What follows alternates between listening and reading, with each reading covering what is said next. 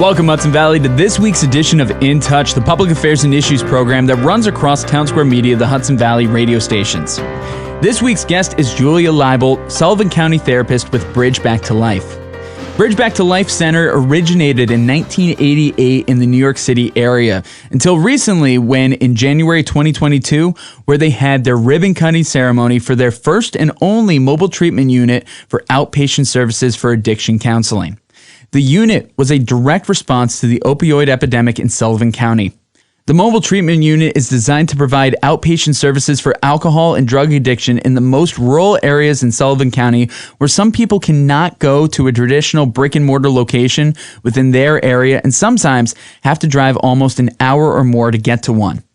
Julia is a returning guest to In Touch. When she was originally on, she spoke with our previous host and producer, Paty Quin, about how Sullivan County was the highest in all of New York State for drug overdoses. Today, we catch up with Julia to see where things stand today and how much the mobile treatment unit has grown over the last year. We invite you to join us and listen to a previously recorded conversation between Julia and myself here on In Touch. We here at In Touch are all about, well, being in touch with what's going on in the Hudson Valley. What better way to stay in touch with what's going on than by downloading the Townsquare Media mobile app for this radio station? Not only can you listen to this station live at any time by using the app, but you can also listen to In Touch on demand. Besides In Touch, you can read daily articles about news, events, entertainment, and more that's going on in your community. And when the weather gets bad, you can use the app to check on weather reports to see which schools and organizations are closed. Your Townsquare Media app is also the best place for concert and event tickets. We are constantly giving away tickets to the hottest shows in the area. Again, you'll have access to all of this if you just download the Townsquare Media mobile app for this radio station. In Touch is nothing without the support from the hundreds of listeners we get on a weekly basis.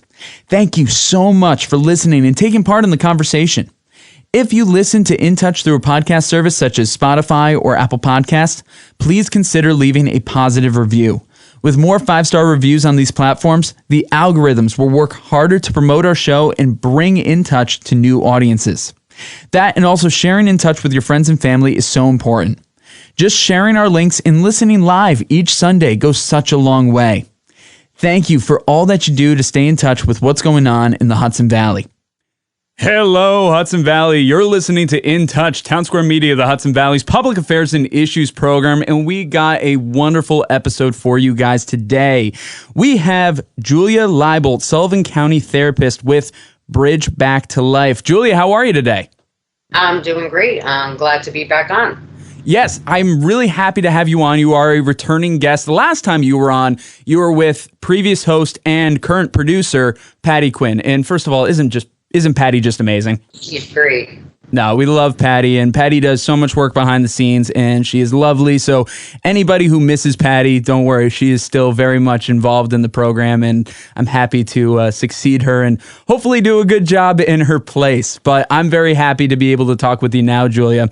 It's been a while since you've been on, nearly a year, so I'm sure that there are some people that need a refresher or some people who are brand new that aren't familiar with Bridge Back to Life. So before we get into anything else, could we get a brief overview on what Bridge Back to Life is all about?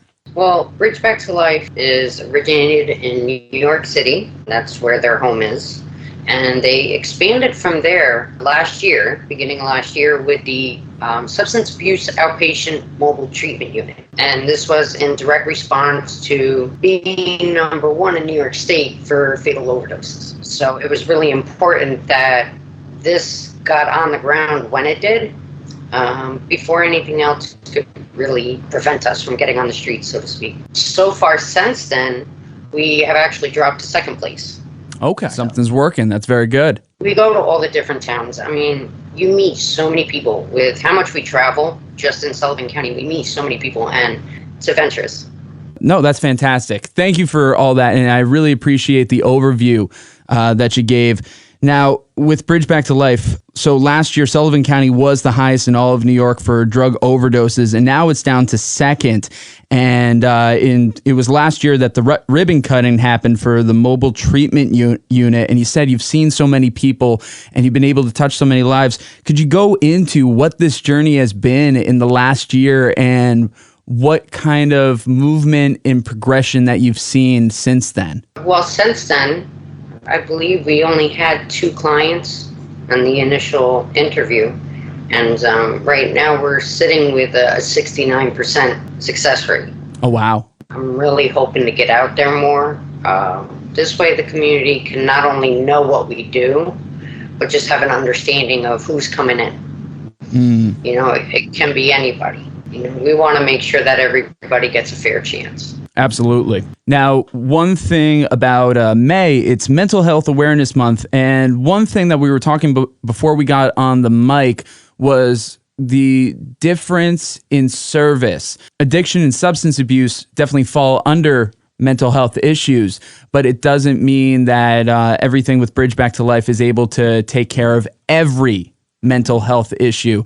Could you please help define that line for people? Well, we go by not only the state or the category-wise, but funding-wise. If we were funded by the Office of Mental Health, we'd be able to have more psychiatry services. But since we're funded by OASIS, we offer substance abuse outpatient services. And now, what kind of outpatient services are you guys able to help get the ball rolling with for these patients? Well, I'm not sure if you're familiar with some of the medication that's used in treatment, such as Suboxone or methadone, Vivitrol. Anybody who is interested in getting the help, come and get it. We have everything. In the past 10 months, I want to say 5 more people came in just for Suboxone alone, which helps against heroin and fentanyl. Anybody that wants to get away from opiates, that's like the best one.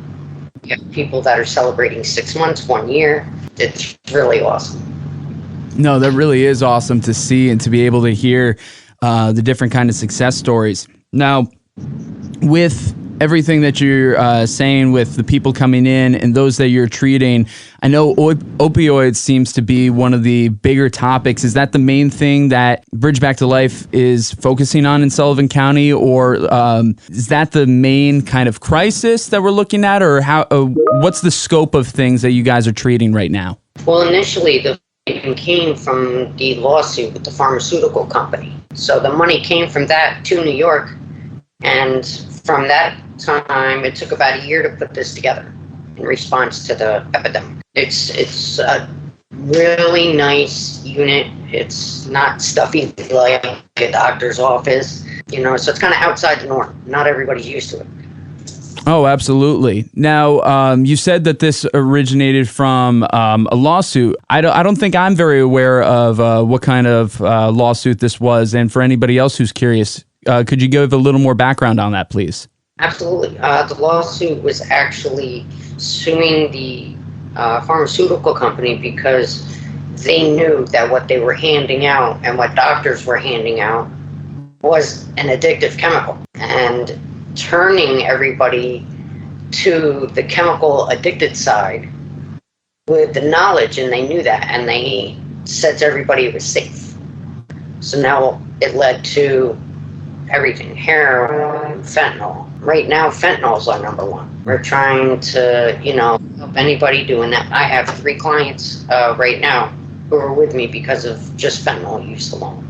Oh, wow. So it's changing, but it's still with the opioid abuse. I'm glad that things are able to be addressed like that, and I appreciate you going into the lawsuit a little bit more.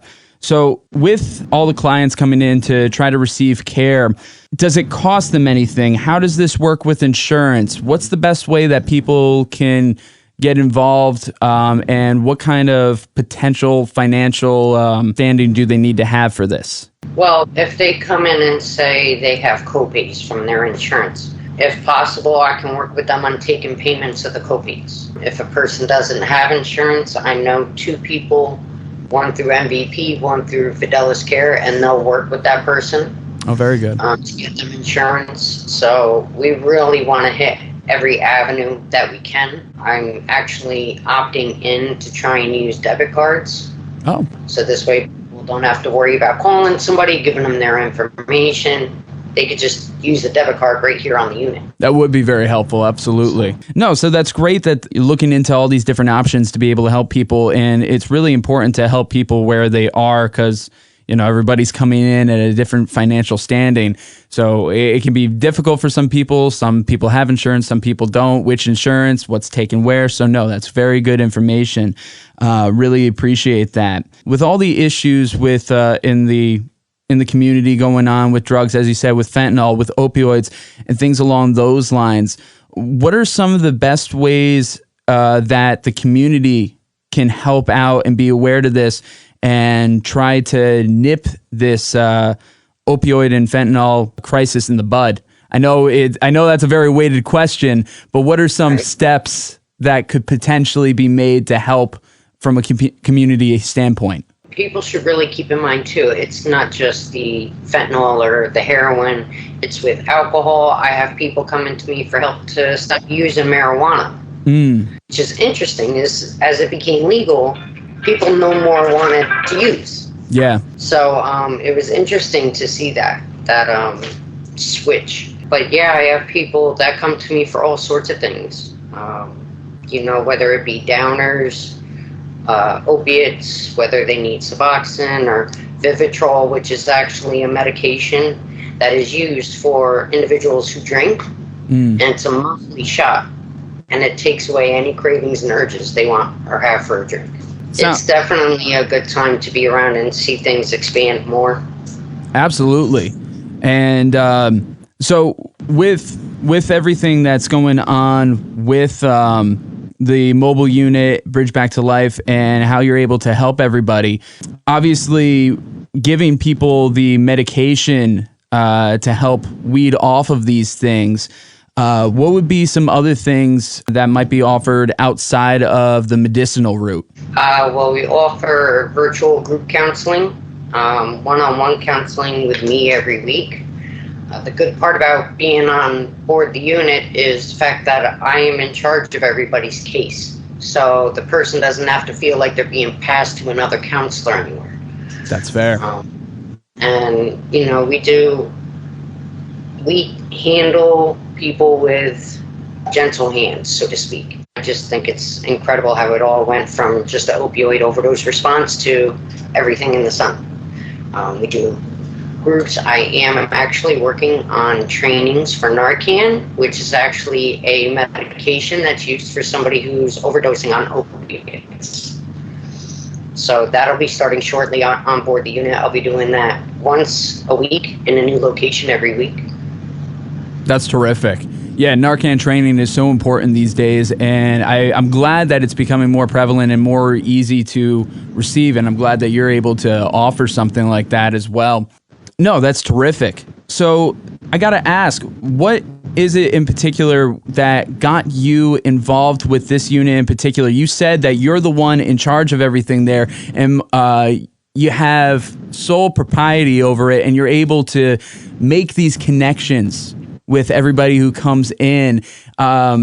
Could you tell us a little bit, I guess it's a little more personal side, but what that means to you being able to make these individual connections with the patients that are coming in? You know, it's a wonderful thing to be able to do it, to be able to meet as many people as I do. And the people that I do meet, they have their own story of addiction, or have their own story of why they got into the field, or have their own story of how they didn't think they were going to be able to do it. And, you know, there's events that we go to that we all see each other at, such as the Overdose Awareness Vigil. That's on August 31st every year. You know, the community is very open-minded to us. They are thankful that somebody's coming in and helping, because there's not any brick and mortar location. Where we go is definitely outside the box. Absolutely. Traveling through the community That's certainly outside the box. You're literally coming to them and meeting people along the way instead of them having to seek you out and try to have the trouble as like, will I, should I, could I?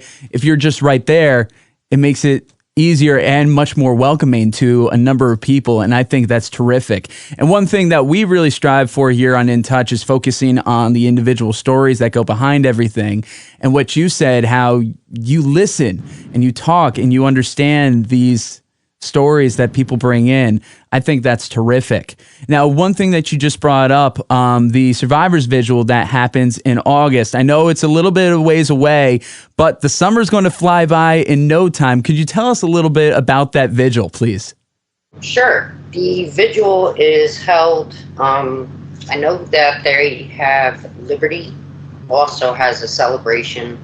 Monticello has a celebration. Middletown has a celebration. So it's not just in Sullivan County. That's terrific. But what it is just a remembrance of those who maybe lost their lives to addiction. And families and parents and kids and grandparents. There's so many people there. And then you have, directors and supervisors from other facilities all coming together. Just saying, we're here. You're not alone on this.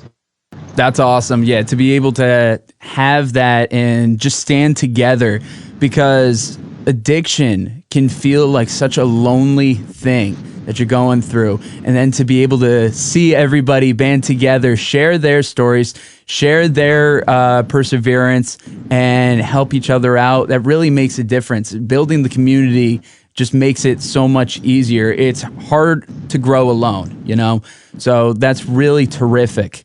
Again, you're listening to In Touch, Townsquare Media, the Hudson Valley's Public Affairs and Issues program. We've been speaking with Julia Lybolt, Sullivan County Therapist with Bridge Back to Life, and we've been talking about everything that's been going on with their mobile unit that's going around Sullivan County and the various ways that it helps out the community and on a very individual basis and meeting people where they are, and it's really terrific.